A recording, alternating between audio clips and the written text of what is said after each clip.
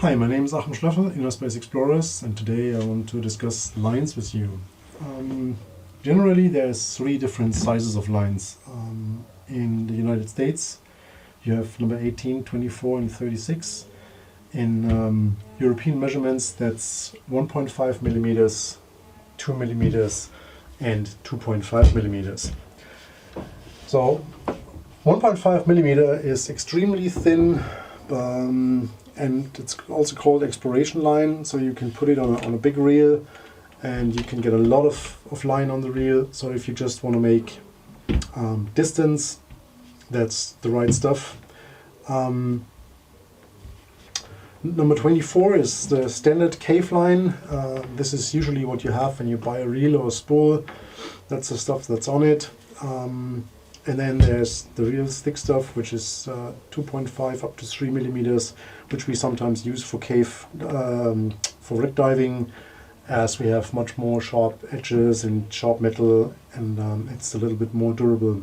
But on the other hand, you of course do not get the amount of line on the same spool than if you use a 24 or an 18. So there's also different kinds of line. If you look here in detail, you see that's what we call braided nylon line. You can see that it's like woven and it has a little bit of flexibility in here, but it's not stretchable. When you compare it to this one, that is a total different manufactured line, which is much more stiff. You can see that it's just standing there. While when you take this one as an example, it doesn't. So that's much more flexible than this stuff. I personally don't like that very much, but on the other hand, it's much stronger than this one.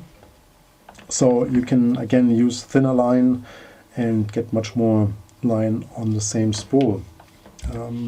Nowadays, a lot of manufacturers start working with colored lines, which you also know as parachute line. It has a core from another material, sometimes even Kevlar, and then it has an outer coating, which is bright color, red, purple, pink, green. I've seen all kind of colors, which sometimes is quite nice because it's very nice to see in certain environments, and you can also use a bit of contrast. So when you dive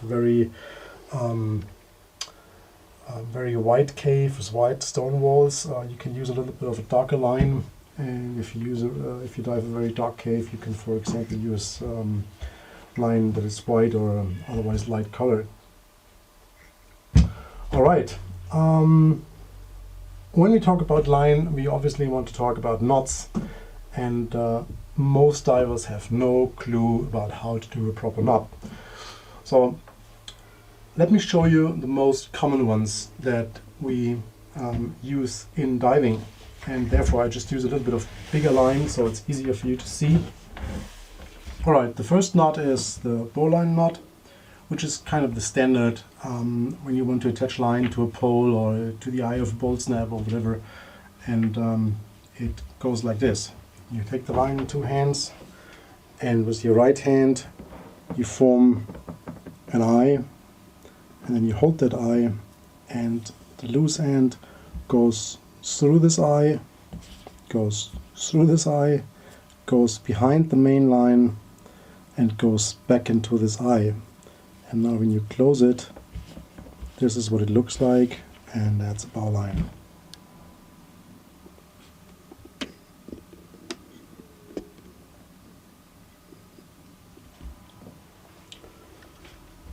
So the second knot is called a Beckett bend, and it's used to connect two lines that have different size, different material. So I use this red piece of line here to make it a bit more obvious. So the first thing you do is you make a bow,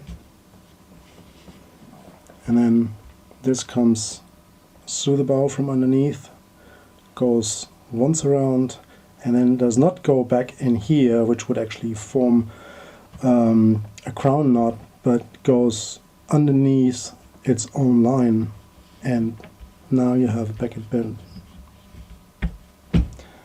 and this becket band is also available in a double version, which doesn't mean anything else than take this one and wrap it around a second time and go underneath here once more, and then it looks like this, which is the double becket band.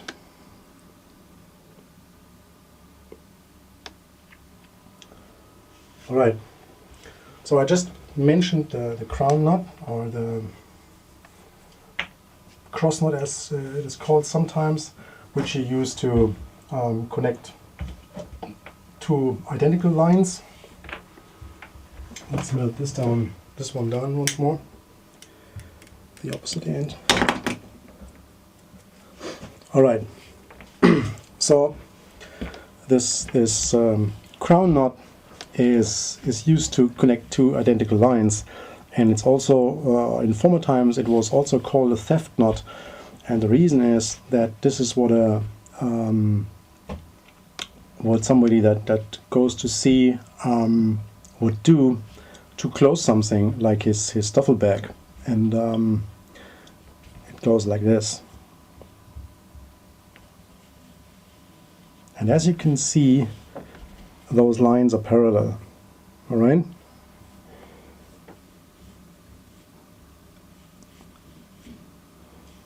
And the big advantage of this knot is that you can always open it once more. So the reason it was called theft knot is that a lot of the old people going to sea made a knot like that when they closed their duffel bag, and obviously a seaman would never ever do this kind of knot. So when they came back to their duffel bag and it was a proper crown knot on it, they knew that somebody was on their stuff, and this is why it is sometimes referred to as a theft knot. Alright, the next thing is called a Clove Hitch, and this is used to attach, for example, fender to the side of a boat, and there's two ways of doing it. And the first thing is you can lay it, and so you take one side like this once more, and then this one goes from underneath, and then you take them over each other, and now when you close them it looks like that.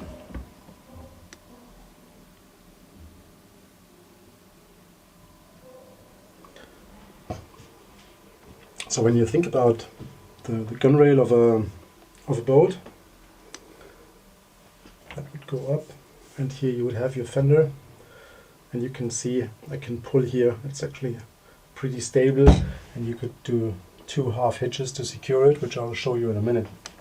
Okay, the second method to do this this clove hitch is to put it, for example, on the gunwale of a boat. So I'll just cut a piece out of my boat to show you a little bit better. And it goes as follows. So you imagine that here somewhere is the fender, and this is your line. So you put it on top of it, and then you go around on the left side, and then on the right side, and through here again, and you see it's the same knot as I showed you before. The great thing is you can easily make it longer or shorter, and that's actually the reason why you use it for a fender. You can attach the height of it, and if you want to secure it a little bit, you make these two half hitches, and that goes like this. That's the first one, and the second one goes in the opposite side, and then it actually looks a little bit like a pretzel when you look at it like this. And then when you close it, you can actually see that you can pull here, and it's stable, but it's not closing down in the meaning of if it gets one solid knot, so you can always easily untie this again and for example move your fender. Alright? Okay, blood knot is the way to go when you want to attach two lines of the same strength that for example go on a spool or on a reel, so they have to hold a little bit of stress as well. And what you usually do when you have line cut underwater and you want to reconnect it, you do an overhand knot, which basically is this here, because you can do this even without visibility and with thick mitts. But when you look at the knot, you can see that it puts a lot of stress on the line, because the line goes in, sharp angle, and goes out, so it weakens the line quite a bit. And this is an interim solution during the dive, no problem, but later on you want to fix it. Also when you put new line on your spool or on your reel, and you don't have the full length, so you have to work with two of those, you can of course attach the line there. Okay, let me show you how this plot knot works. So you take one end and the second one, they should be around about the same length and 90 degree, and then you hold it 1, 2, 3, and then you go back through this first bow here and push it back here. That's how it looks. And now you hold all of this and do 1, 2, 3 on the other side, and push the end back through the same hole where the other one comes, but from the opposite direction. So this is what it looks like when you're ready. And now, okay, you have to hold that a little bit, but now you can actually pull it tight and you can see what happens. It actually, you still have the cross here, the 90 degree, but you can already see that the line goes in the knot and continues on the other side. So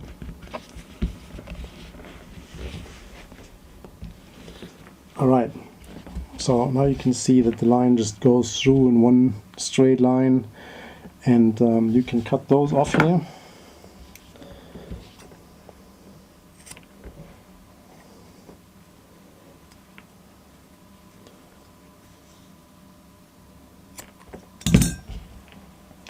And burn it down nice and properly.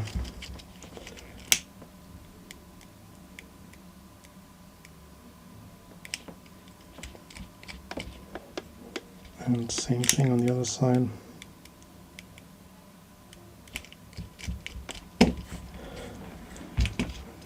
And you see that the line's one piece now, and it doesn't weaken the line more than 5%. As I said, it's a fishing knot that you use to connect fishing line, but it works also great for a cave line.